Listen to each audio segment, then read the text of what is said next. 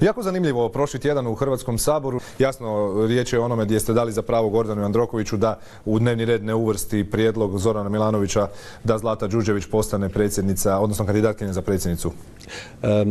Ja bih volio da ste i vi kao novinara i da su novinari koji su prenijeli tu vijest iz Sabora možda stavili naslov suverenisti razmišljaju svojom glavom, suverenisti su iznimno jasni, suverenisti su ostali dosljedni. Dakle, ono što ja vjerujem svi oni koji prate rad hrvatskih suverenista i moj osobno su primijetili da smo mi najveći problem vladajućoj koaliciji i osobno Andreju Plenkoviću i osobno Gordani Jandrokoviću i da nema nikakve šanse da bi mi njima dali bilo kakvu podršku, ali za razliku od nekih koji će se eto sakrivati i biti, onako ja kažem, mutni i iz prikrajka gledati, mi ćemo kada smatramo da je neka točka vrijedna naše podrške, mi ćemo glasovati za nju. Ovdje konkretno se radi o jednoj točki gdje mi smatramo da je definitivno Zoran Milanović kao predsjednik pogriješio i morali smo podržati ovu odluku koja je bila na... Da, ali ono što je, vi ste objavili jedan video na svom Facebook kanalu i sad ono što, ja sam ga pogledao i jedna stvar meni nije jasna, jeste li vi podržali Gordana Jandrokovića u Hrvatskom saboru zbog toga što smatrate da ono što on radi je dobro ili zbog toga što se vi ne slažete sa prijedlogom Zlate Đurđević? Jer s tim prijedlogom ste se mogli ne složiti kasnije. I jedno i drugo. Dakle, prvo što je stvarno Zoran Milanović u ovoj proceduri pogriješio. Znači, on je stvarno preskočio proceduru, znači 2 koraka je preskočio i išao je prejudicirati stvari. Nek se lijepo vrati na DSV, nek se raspiše natječaj, nek se gospođa Zlata kandidira i evo pa ćemo onda imati priliku u Saboru. S druge strane, mi stvarno ne krijemo, za razliku od svih drugih, ne krijemo da nam Zlata Đurđević već u startu nije kandidat koji bi mi podržali. Ajde ponovite zašto. Zato što vjerujem da mnogi nisu vidjeli taj vaš video na Facebook kanalu. Dakle, ona je, što se tiče, ima par stvari zbog koje nam ona sporna. Jedna od stvari je njezin stav vezano uz izručenje Perkovića i Mustača u Njemačkoj. Dakle, radi se o udbašima koji su terorizirali desetljećima hrvatski narod i ne vidim kako bilo koji sudac, a pogotovo onaj koji bi trebao obnašati jednu najdelikatniju funkciju u Hrvatskoj državi, predsjednik Ustavnog suda, može biti protiv takve odluke. Dobro, ali ona je to argumentirala, odnosno dala je pravne razloge zbog kojih misli tako kako misli. Ona nije argumentirala sa ideološke pozicije. Vi ju sad napadate, ako dobro razumijem, s ideološke pozicije. Ma gledajte, pravno je to iznimno, znači ona je tu pravno očito i nepotkovana. Dakle, bez obzira što nju Zoran Milanović želi pokazati kao stručnjaka, moje informacije sa pravnog fakulteta govore o tome da ima 101 kandidat, 101 profesor na pravnom fakultetu koji bi mogao tu funkciju obnašati 10 puta bolje. Ali ona je, zahvaljujući Zoranu Milanoviću i toj kliki koja je gura, stvorila imidž jednog stručnjaka koji je neprikosnoven. Znači vi hoćete reći da je Zlata Đurđević nesposobna za tu funkciju? Definitivno. Dakle, definitivno. I to je pokazala i svojim izjavama i po tom pitanju, a reći u jednom trenutku kada imate jednu odluku koja je isto legitimna i zakonita vezano uz Thompsona i pozdrav za dom spremni u njegovoj pjesmi, dakle, davati izjave koje ona dala, znači da je to neprihvatljivo i da osporavati tu odluku, govori i o nepoznavanju procedure, a i govori o jednom jasnom svjetonazoru gospođe Zlate Đurđević koja govori da je ona definitivno nije suverenista. Ja ću dobro, tako reći. Ali ne bismo trebali birati vrhovne suce prema tome jesu li nam svjetonazorski bliski ili nisu bliski, zar ne?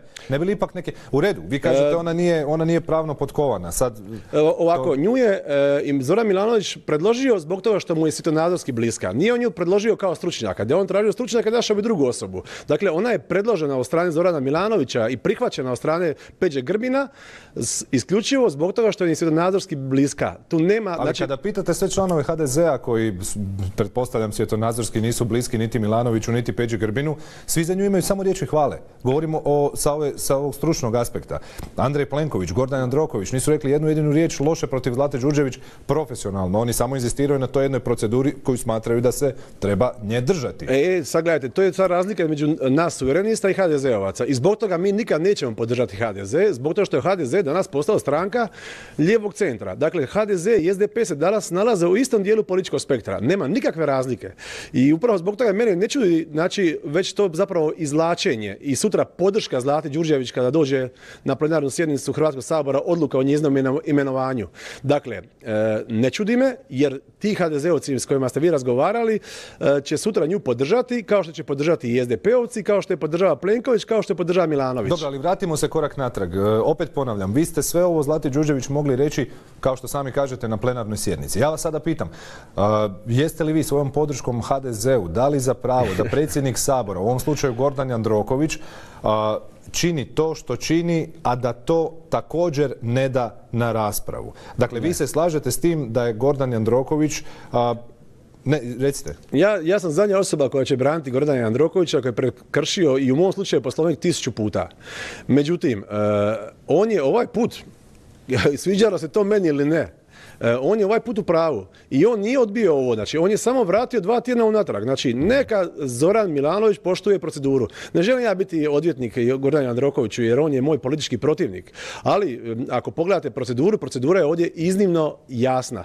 A to što je Peđa Grbin skočio na mene i Zoran Milanović, oni su skočili na mene isključivo zbog toga što su vidjeli da mi razmišljamo svojom glavom. Nismo poput nekih drugih koji su eto bili u prilici isto biti protiv, stali nakon skrštenih ruku i razmišljali bolje nam je ne glasati za ovo da nas ne bi novinari poput vas, nemojte mi zamjeriti, i poput novinara koji su to prenijeli iz Sabora, prozvali žetončićima, a ne kao jedine vjerodostojne, jedine dosljedne, jedine koje razmišljaju svojom glavom. Dakle, dobro, ja vama sad ovdje dajem prostor da vi to elaborirate. Prema tome, znam, da, ali ste me u startu nazvali žetončićem, a umjesto... Zašto niste... Ja sam postavio sam vam pitanje, nisam vas etiketirao, to je velika razlika, a također zašto sam vam postavio pitanje na taj način? Zbog toga što i dalje ostaje nejasno zbog čega ste dali podršku, a zapravo imate problem sa Zlatom Đurđević. Čitava ova situacija je zapravo u fokusu je ono što je radio Gordan Jandroković. Ja vas samo pitam, budući da vi argumentirate prvenstveno protiv Zlate Đurđević, jesu li se te dvije stvari mogle razdvojiti? I da, evo, postavim pitanje na drugi način, da nije Zlata Đurđević kandidatkinja, nego netko vama svjetonazorski blizak, da li biste isto ovako postupili i dali za pravo Gordana Jandrokovića? Gledajte, probajte biti iskreni. Ok, bit ću iskren. Prvo ću vam, moram malo replicirati ono prije, vi ste mogli u uvodu emisiju početi jeste li vi žetončić, reći jeste li vi jedini koji razmišlja svojim glavom i vjerodostojan u Hrvatskom saboru. Ja bih volio takav uvod u emisiju, a ne onako kritički. A sada odgovor na vaše pitanje, ok. Dobro, a odgovor na vaše pitanje vezano uz što bi bilo kad bi bilo. Mi smo stvarno trudimo se raditi prema savjesti i kad je nešto u redu ići, znači glasovati za to i evo, pa ću vam odgovoriti. Da je bio kojim slučaju neki kandidat koji nama ne odgovara, koji nama odgovara, također bi se, znači glasovali bi na način kao smo glasovali, ali ne krijemo da nam ovaj kandidat ne odgovara. Ne krijemo. I imali smo jednu satisfakciju više, jer moguće spriječimo već u startu uoči kandidaturu ove gospođe. Znači ne krijemo da on ne odgovara i da smo imali satisfakciju više. U suprotnom slučaju bilo bi nam teško, ali bi poštovali proceduru. Što mislite o Đuri Sesi? Pa gledajte, ako je miligram onoga što je nedavno navedeno kao njemu, kao kompromitirajući nekakvi dokazi, insinuacije, istina, onda je to jednostavno katastrofa. Vjerujete li vi Zdravku Mamiću? Pa gledajte, zapravo, ja baš sam malo razgovarao s jednim čovjekom, ovako, evo tu dok sam prolazio, danas je zapravo straviće da je nama Zdravko Mamić postao od jednog negativca koji je bio svima, znači oličenje korupcije i nepotizma i svega lošega, postao simbol kao poštenja. Dakle, Zdravku Mamiću definitivno ne vjerujem, ali ako on ima nekakav... Dobro, nije li to malo pretjerano reći da je postao simbol poštenja? Jednostavno sluša se ono što on poručuje iz susjedne zemlje i postavlja se pitanje je li to što govori istina? Pa... Ja ću reći moguće je. Ne vjerujem ja njemu ne vjerujem ništa, ali ću reći moguće je. Ja mislim ako on ima nekakav dokaz da ga je sigurno dao nadležnim tijelima, pretpostavljam da ga je dao i vidjet će se. Ako ima nešto egzaktno, konkretno, to se ne može negirati. Ako je to samo rekla kazala, onda je to Zdravko Mamić. Rekao bi ovako, ne bi se čudio da je rekao istinu, iako mu ne vjerujem ništa, ali ne bi se čudio. Očito je da nešto jako, jako smrdi, sad da li od glave ili od repa, da li vjerovati Milanoviću, od kuda to treba početi čistiti, to je možda sad sporedna stvar, ali definitivno trebaju drugi ljudi doći na čelne pozicije u pravosuđu, ako to neće biti Zlata Đurđević. Koga vi predlažete? Odnosno, koga biste vi, vas niko neće pitati, jasno, ali koga biste vi voljeli čuti, vidjeti da dolazi sa Pantovčaka kao prijedlog? Pa dakle, bilo je nekoliko kandidata i sada predloženo, znači u ovome natječaju, mislim niko nije govorio o njima, ajmo vidjeti koji su tu kandidati koji imaju reference. Ja sam siguran kada bi se politika maknula malo i kada bi se njezin utjecaj smanjio na izbor i predsjednika Vrhovnog suda, da bi se našao neki kandidat koji će i rješavati korupciju i koji neće biti pod utjecajem politike, što očito je. Ako neko, a u ovom slučaju to predsjednik države, inzistira nekom kandidatu, a znamo da je predsjednik Milanović itekako čovjek jasno svjetonazora, lijevo-liberalnoga, sličnoga svjetonazora Andreja Plenkovića i ako on zagovara nekoga ovako čvrsto, onda je to meni itekako sumnjivo. Dobro, ja i dalje moram priznati da ne vidim zbog čega ovu čitavu raspravu niste sačekali i odradili na plenarnoj sjednici gdje je Zlata Đurđević kandidatkinja, već ste išli to dokazivati na način da date podršku Gordanu Jandrokoviću da uvrsti nešto u dnevni red. Gledajte, ako bilo tko onako bez imalo predrasuda prema Gordanu Jandrokoviću, koji ja imam, pogleda ono što je govorio Peđa Grbin i Gordan Jandroković, mora stati na stranu Gordana Jandrokovića, odnosno te odluke. Ali ponovit ću, dakle, s Gordanom Jandrokovićem ja nemam ništa, radi se o jednoj odluci gdje smo mi stali na stranu pravde. Ali ne krijemo da nas Zlata Đurđević nije kandidat koji bi mi podržali. U redu. Prihvaćamo ovo i sad vaš odgovor ukoliko u budućnosti... Ali još jedna jako bitna stvar. Ono što nam se insinuira i što je bilo u naslovima. Dakle, mi nismo spasili HDZ u većinu, jer je SDP sa svojim satelitima imao 41 ruku, ako se ne varam, a HDZ skupa s nama suverenistima tek 77. A bila je potrebna relativna većina. Dakle, da 20 HDZ-ovaca nije došlo, ne, lažem, 30. Dakle, i više, zapravo 35 ljudi je moglo slobodno ne glasovati, ne biti u Saboru, a da ta odluka prođe. Znači, SDP ima satelite, to ne zovemo više oporba, nego sateliti, a HDZ ima ljude koji se tu nađu pa dignu ruku. Dakle, ja moram reći ovu stvar, i u petak je za HDZ-ove predloge zakona njih 10-ak glasovao i SDP. I niko to ne dovodi u pitanje. Dakle, mi smo izglasovali 20 zakona, za 10 zakona smo imali konsenzus svih zastupnika u sabornici. I nitko nije govorio o tome da je neko HDZ-ov žetončić ili satelit. A kad se radi o točki gdje se lomi društvo, o točki koja je svjetonazorska, o točki koju mi imamo jasan stav, a to je ne jednom kandidatu, onda nas se napada svi oružja. I sa ljevice i sa desnice. Zapravo to su dvije ljevice. Onda lijeva ljevica i lijeva desnica. No, još jedna stvar koja je prilično bitna za građane Zagreba, Banije.